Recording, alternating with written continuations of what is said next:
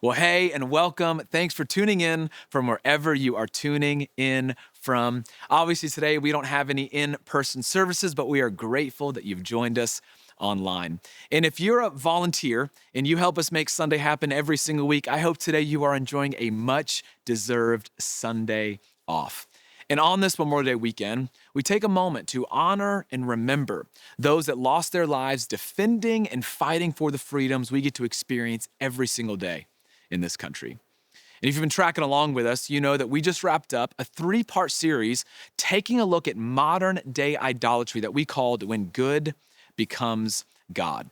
And to kind of wrap a bow on this series, I recorded a podcast with our college pastor, Jake Williams, who also preached in part 3 of this series. And we have a conversation around one of the most famous moments of idolatry in all of the scriptures that we didn't quite have time for in the series.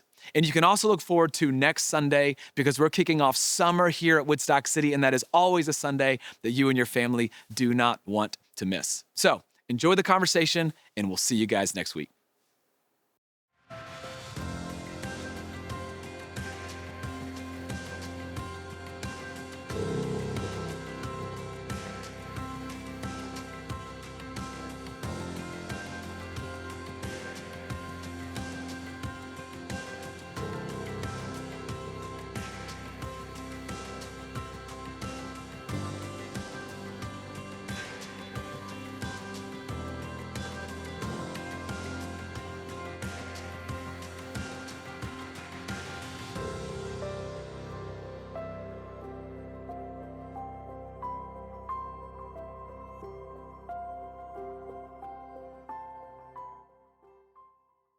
Well, hey, what's up, everybody? Back here in the podcast studio with Jake, That's right. college pastor. So we just wrapped up our 3-part series on idolatry called When Good Becomes God. Lowercase. Lowercase, Yeah. Thank you. And we're going to talk about it here, but it's just about our natural tendency as humans to take good things in our lives and elevate them to the place of God in our lives. Because we think if we just get that, whatever that good thing is, it'll satisfy our souls, it'll make us feel secure, and we'll find significance. So we're going to talk a little about that. But before we jump in, you preached part 3. I did. It was your first Sunday preaching here in Woodstock City. How'd you feel? Yeah, it was great. I feel like, there's all the buildup that there is, and then now it's summer now. Right. And it's Memorial Day, Yeah. and we can kind awesome. of relax. But yeah, it was fun. You did great. Yeah, You I did appreciate great. that. Yeah, it was awesome. Doing good, though? Yeah, Yeah. doing good. Yeah, Good. trying to find some time this summer to find some sun and just get by the lake, any body of water, honestly. So lake, is that not the beach? Okay, usually I'm not hating on lake. I don't know. I was surprised. So here's the difference. The beach is like relaxed. Okay. The lake is more like fun. Adventure. That's fair. Adventure. Yep. Like Fair the enough. jet skis and all the things. Got it. I guess with my stage of life, we're going to be at the beach over Memorial Day weekend. Oh, that's fun. Which I'm pumped about. Yeah. And with our little kids, jet skis. My Sure, kids have been sure, on them, sure, but sure, it's sure. not the same. So Right.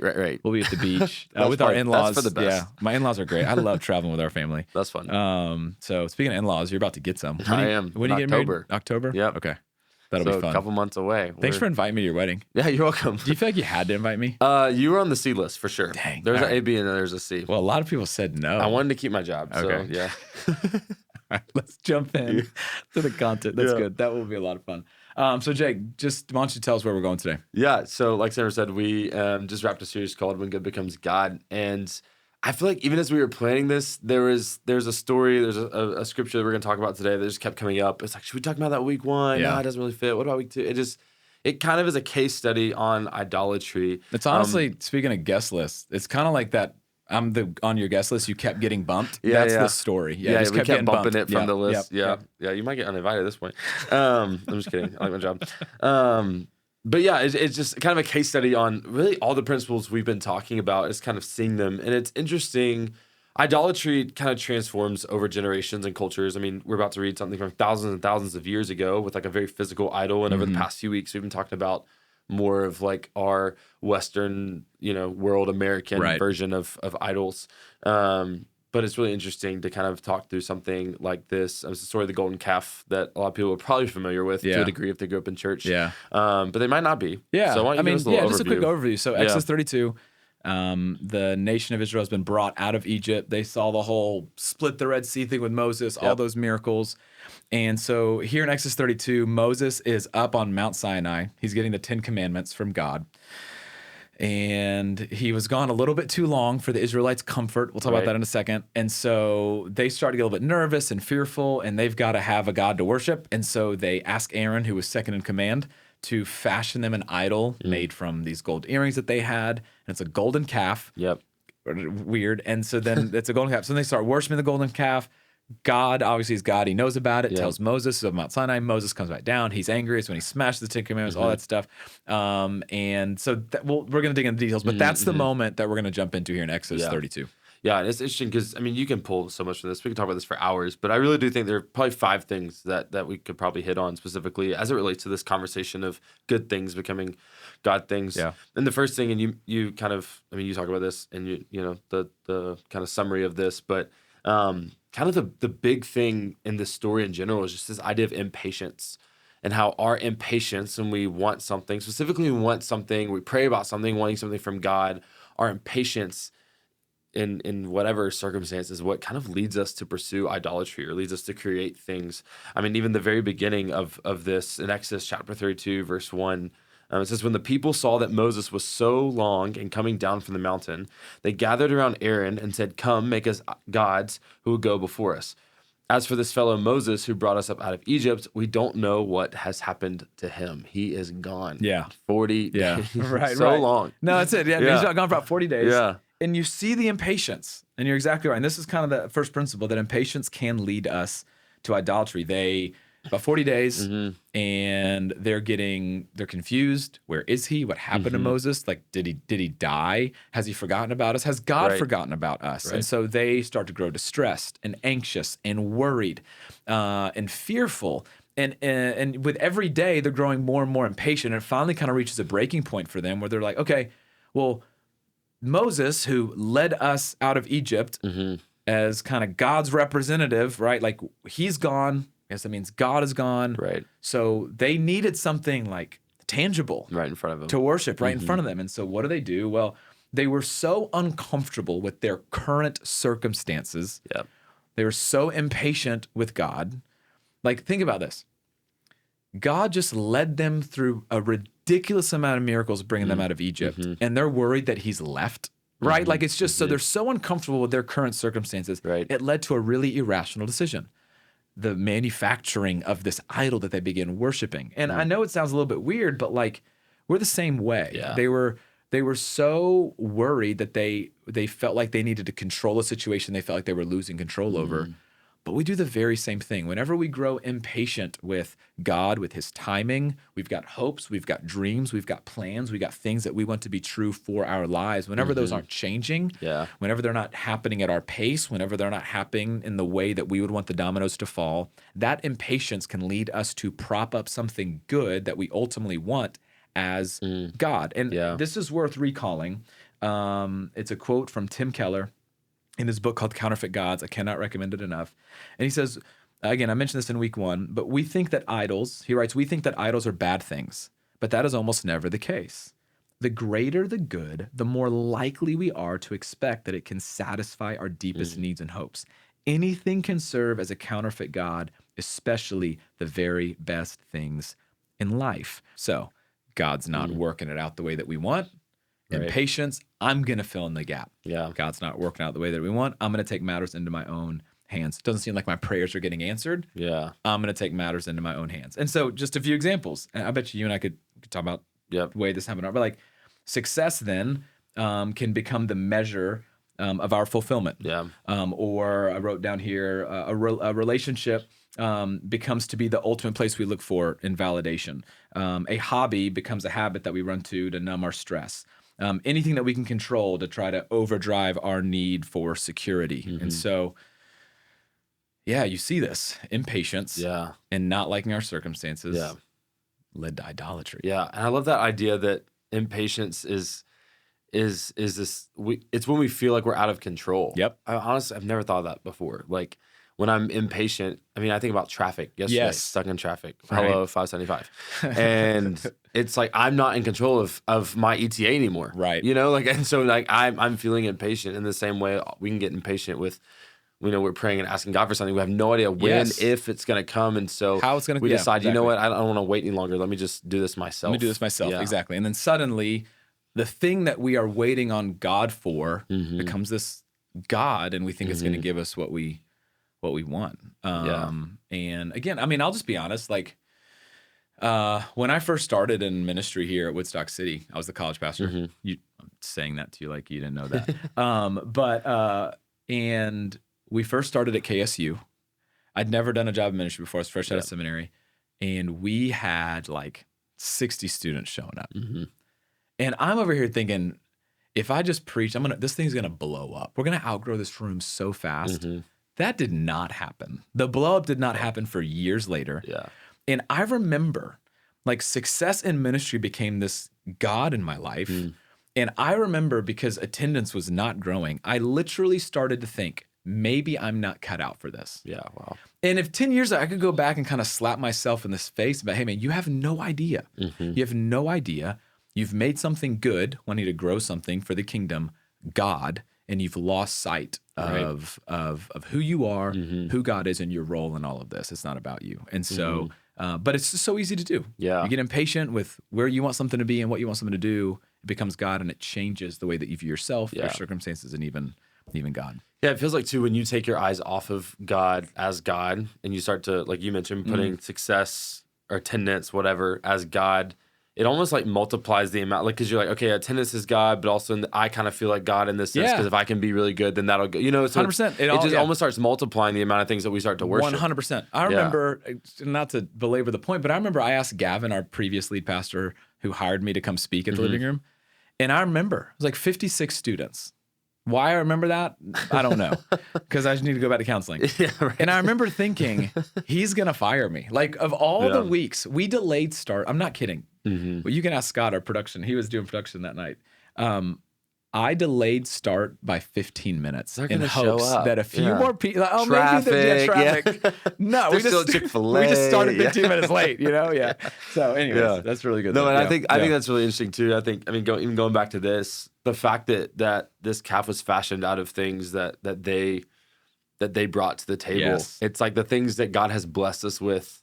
Like God as the giver has gifted us things, and yet those gifts are the very thing that we begin to worship. Yep. Like God's blessings are where a lot of our idols are made out of. I mean, even the next verse in Exodus 32. So Aaron answers these people, and they're telling him to make an idol. He says, "Take off the gold earrings that your wives, your sons, and your daughters are wearing, and bring them to me." It's like we start to worship the gift rather than the giver. Yeah, and we start to make things and make some, like, it's. No, that's exactly right. That's exactly right. I mean, and this is kind of the whole idea of the series, right? When good becomes God. But, you know, kind of point number 2 really is that these blessings can become the idols we worship. And, okay, these gold earrings in Exodus 12 verse 35, right before they leave Egypt, right before the whole Red Sea, you know, moment, there's this really interesting thing that happens in Exodus 12:35 where we're told that God gave the Egyptians a favorable disposition towards the Israelites so that whatever the Israelites asked for, they got it. Yeah. So it literally tells us the Israelites asked for gold and silver,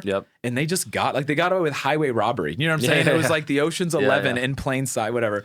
And so they just got all this jewelry and all this gold and silver from the Egyptians because they asked for it. And so then they crossed, you know, through the Red Sea and all this with it. And then here they are, like you just said, using that very thing to fashion an idol in place of God, breaking the second commandment, which we talked about in week 2. And so, this we do this all the time. Like, pick the blessing. God blesses us with an income.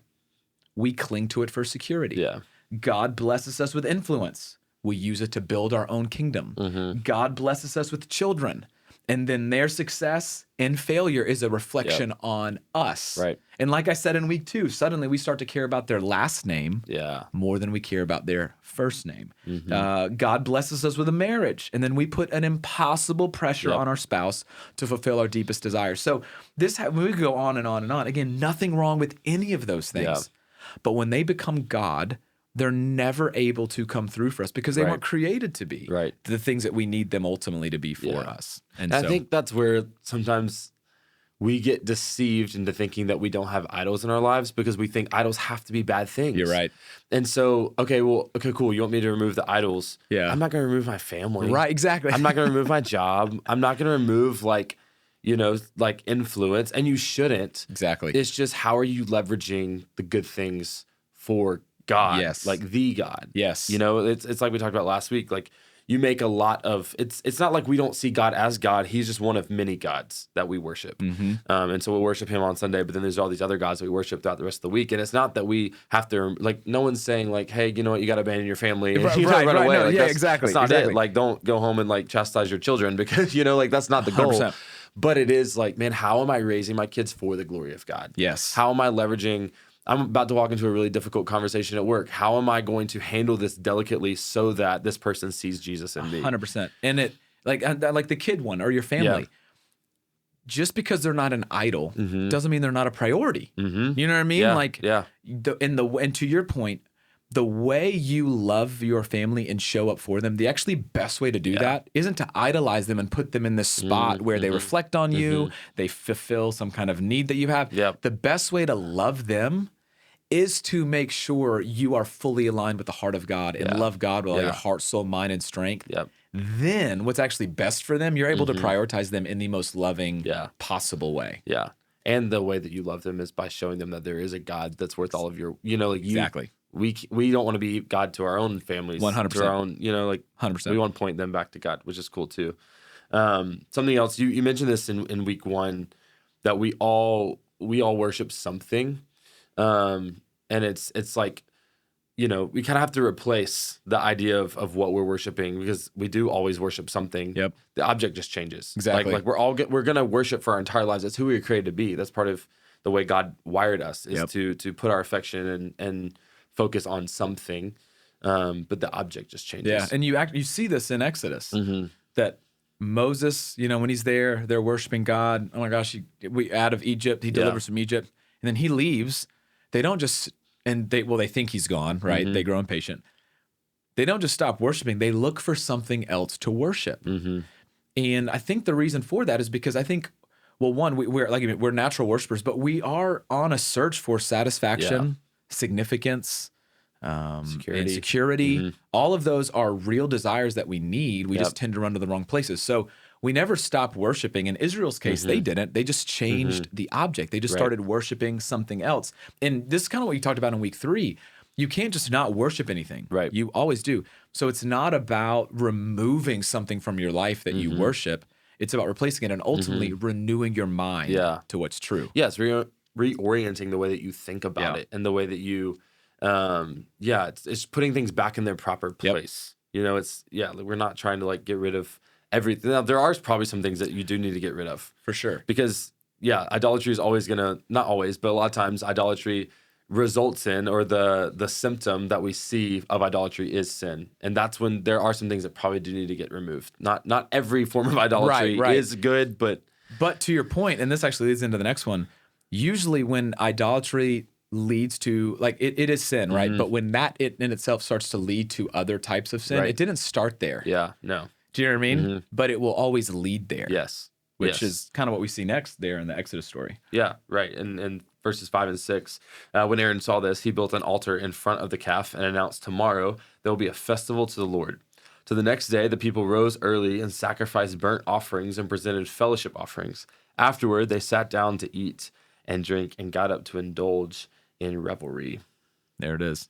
Yeah. So we literally see here how idolatry leads to destructive sin. And this doesn't okay, what is guys happening here? So they make the idol, makes an altar for it, and then they sit down, they eat, they drink, and then it just gets wild.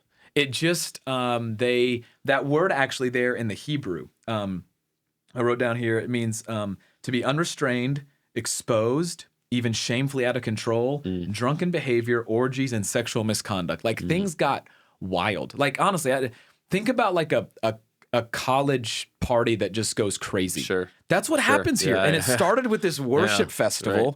They started drinking, and then they just got crazy. They lost themselves. They lost their identity. They certainly forgot all about the commandments that they had committed, well, I guess they didn't have the commandments yet. Those were on its way, but they certainly forgot about their love for God. They lost who they were.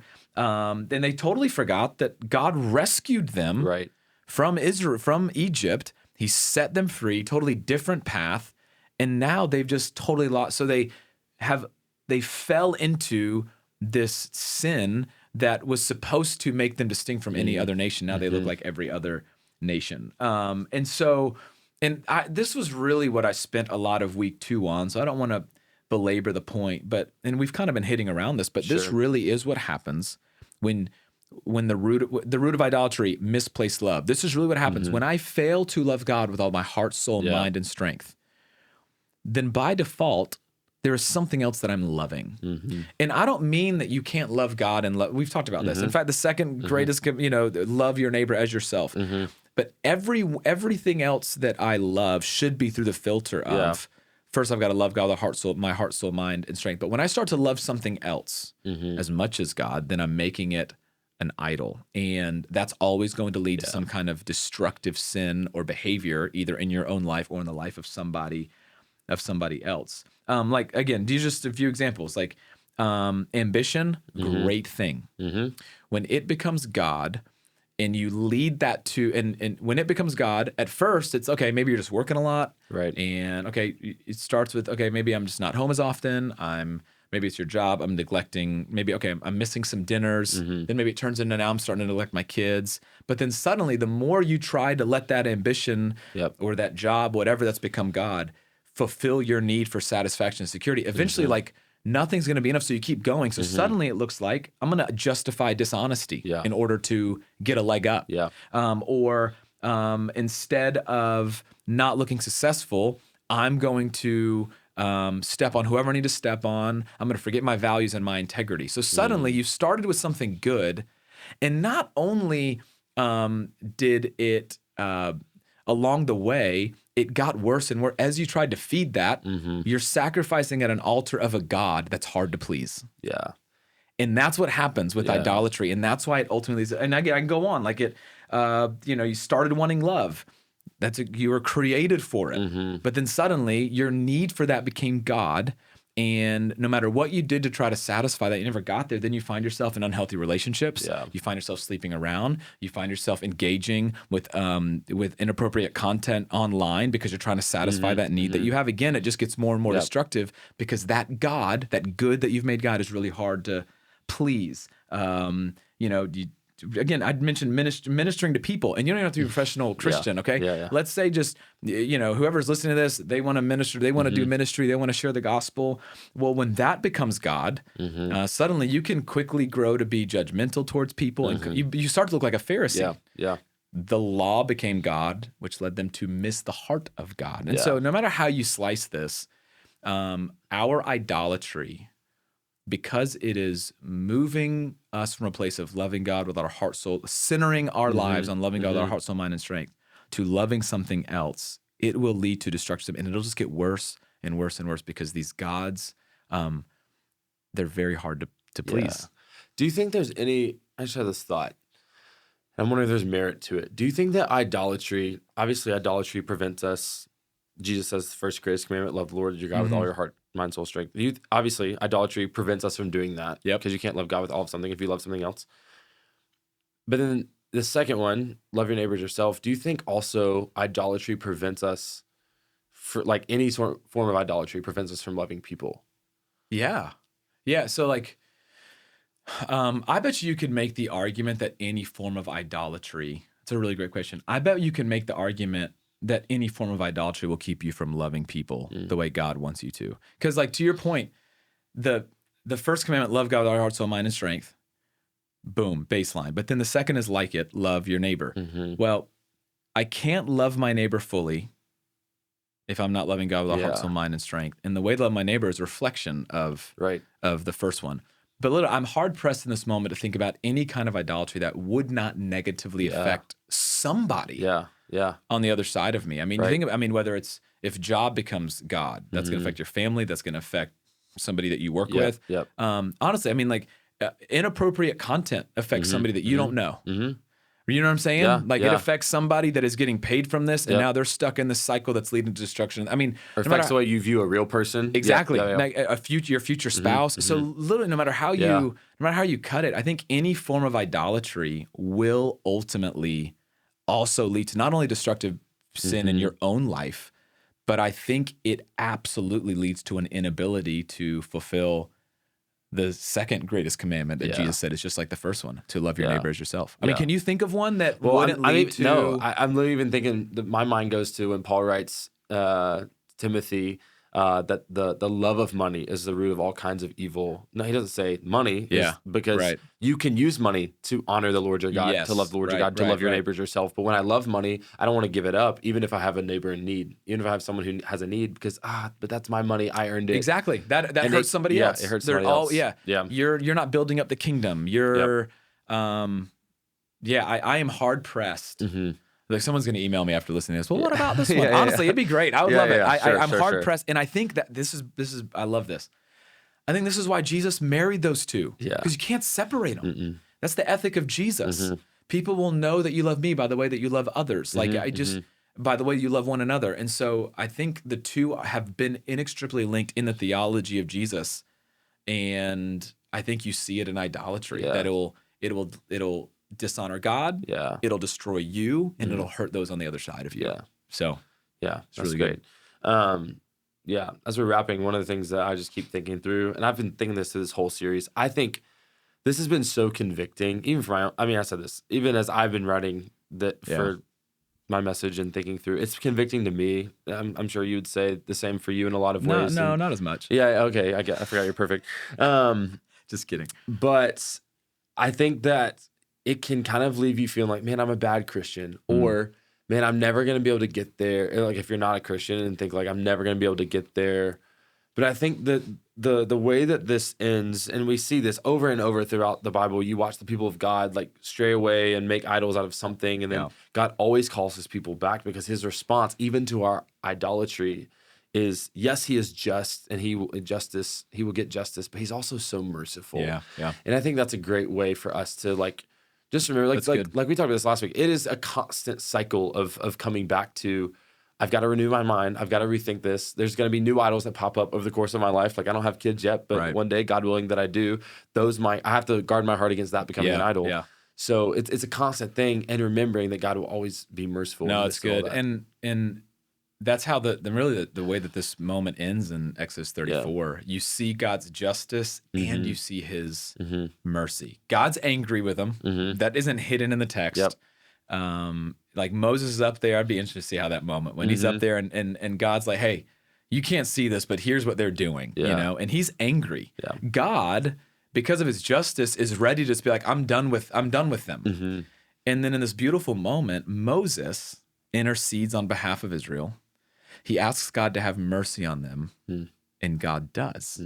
So then Moses comes down. He sees it. He's still mad. Yeah. You know what I'm saying? Yeah. And it gets when he smashes the 10 Commandments.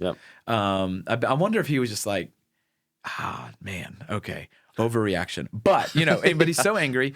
But then what you have is a beautiful picture that ultimately, I think, points to Jesus. That God's wrath in that moment, Moses interceded, asked God to have mercy, and God did. Israel didn't deserve it. Like literally, he just split a sea, and you're worshiping a golden calf. Yeah, and why a calf? I mean, we didn't even talk about that. That's the next Do you think podcast. it's a connection to Chick-fil-A? Maybe eat more chicken. I just thought about that. That probably is. But I guess that would be a bad connection because it's an idol. Anyway, it might be. Okay, we're off the rails here, but I hadn't thought about that. Okay, so and a cow, cap doesn't matter. Okay, so back. Where was I? Moses. So intercedes. Here we go. We're back. Yeah. This is what Jesus did. Yeah. So on the cross, God's wrath was satisfied. Jesus interceded on our behalf, and so we get to experience God's mercy and grace. Yep. So for anybody listening or been tracking along in the series, I remember I was out in the lobby talking to somebody after part 1, and if you haven't listen to that one yet, or we have a post on this too on our Instagram that has these questions that help us recognize idols.